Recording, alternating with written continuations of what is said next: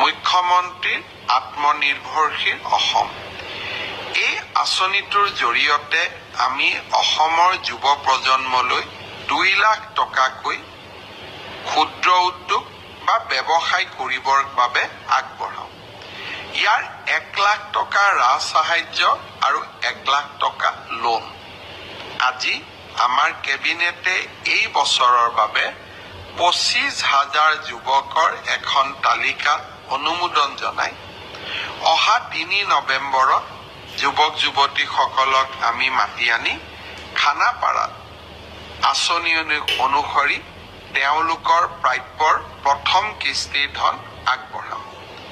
ভৱিষ্যতে আমি আৰু 75,000 যুৱক যুৱতীক এই আঁচনিৰ অধীনলৈ আনিবৰ বাবে আমি প্ৰচেষ্টা চলাম। অৰ্থাৎ 1 লাখ চৰকাৰী চাকৰিয়ে নহয়, 1 লাখ ল'ৰা ছোৱালীক আত্মসংস্থাপনৰো আমি সুবিধা দিয়াৰ ক্ষেত্ৰত আগবাঢ়িছো। যিসকল প্ৰাৰ্থী আজি চূড়ান্ত হ'ল তেওঁলোকে নিজৰ বিষয়ে গম পাবই যে এই আঁচনিৰ বাবে মই নিৰ্বাচিত হলো।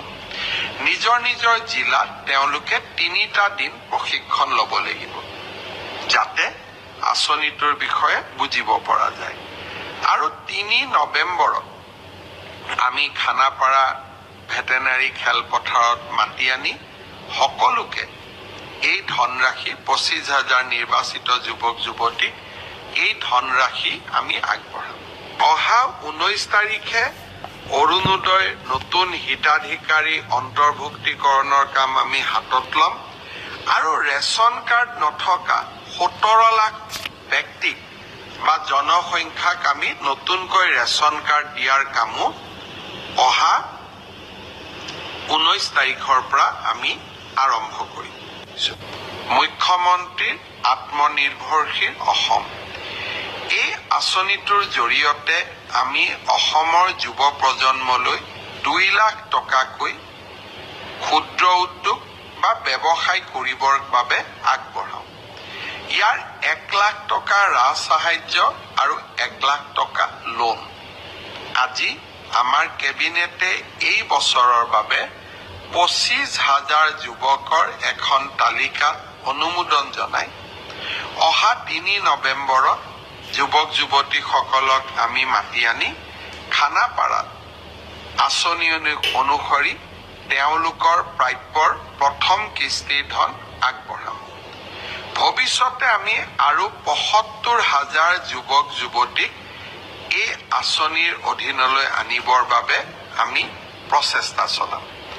অৰ্থাৎ 1 লাখ চৰকাৰী চাকৰিয়ে নহয়, 1 লাখ ল'ৰা ছোৱালীক আত্মসংস্থাপনৰো আমি সুবিধা দিয়াৰ ক্ষেত্ৰত আগবাঢ়িছো। যিসকল প্ৰাৰ্থী আজি চূড়ান্ত হ'ল তেওঁলোকে নিজৰ বিষয়ে গম পাবই যে এই আঁচনিৰ বাবে মই নিৰ্বাচিত হলো। নিজৰ নিজৰ জিলাত তেওঁলোকে 3টা দিন প্ৰশিক্ষণ ল'ব লাগিব, যাতে আঁচনিটোৰ বিষয়ে বুজিব পৰা যায়।